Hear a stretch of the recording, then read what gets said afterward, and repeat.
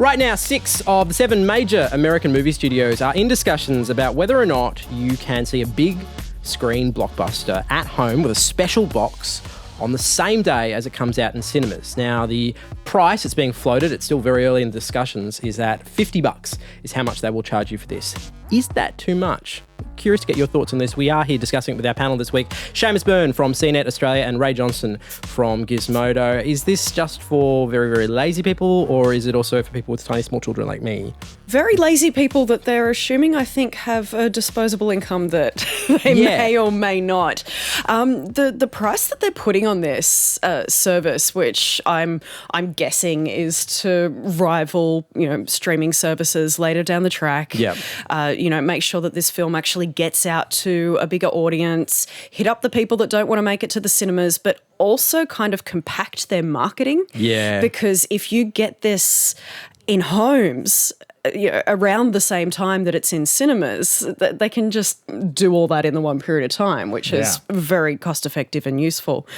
But the original price that they were floating for this was $50, like $50. Now there seems to be a discussion that, as you suggest, that price is way too high. Absolutely. No. I think it's a perfectly reasonable price. Okay, so I'm curious about this. Why am I paying more to get a lesser experience? Because essentially, that's what it would be. I'd be watching it on a TV in my house. That is, for all intents and purposes, a lesser experience than watching it at a cinema. Do you have a crap TV? Like, what's going on in your house? Maybe. A lot of people have 50, 60 TV shame TVs.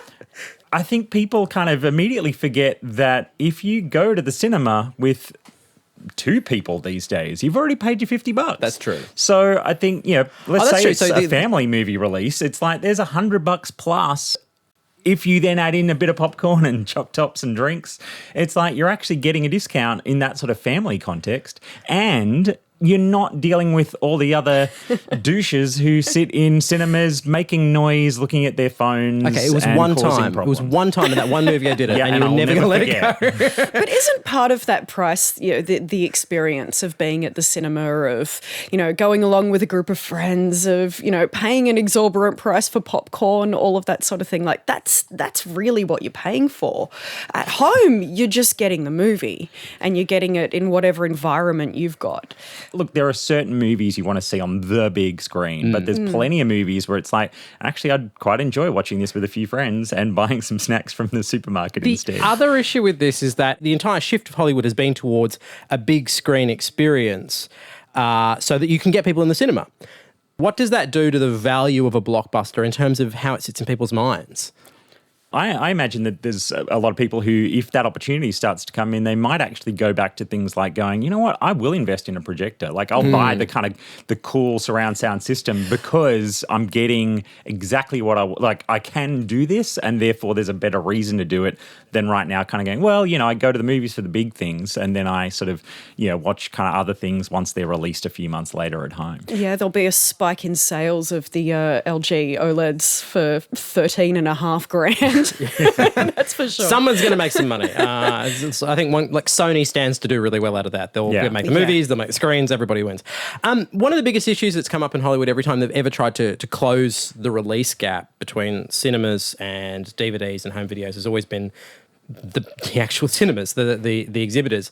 How would you interact with an exhibitor to kind of convince them that closing this gap to nil, to have things available in people's houses, is a good idea? How would you do that? Because I don't know how that conversation goes. Yeah, it's a bit of an interesting conundrum. I think having that higher price point on it would be something that would be a bit more convincing for the cinemas themselves, like knowing that there would still be a large portion of the audience that would be willing to drop around the same amount of money to actually go have that cinema experience. I think if they did end up lowering the price point of the home availability, that there would be definite issues there. But I genuinely see a future where the cinemas are bypassed entirely, except for very rare occasions. I wonder if they can survive that, though. Yeah, I don't think that they will. So I live in a country town, and one of the things that our local cinema does is a lot of interesting sort of stuff outside of, current release movies.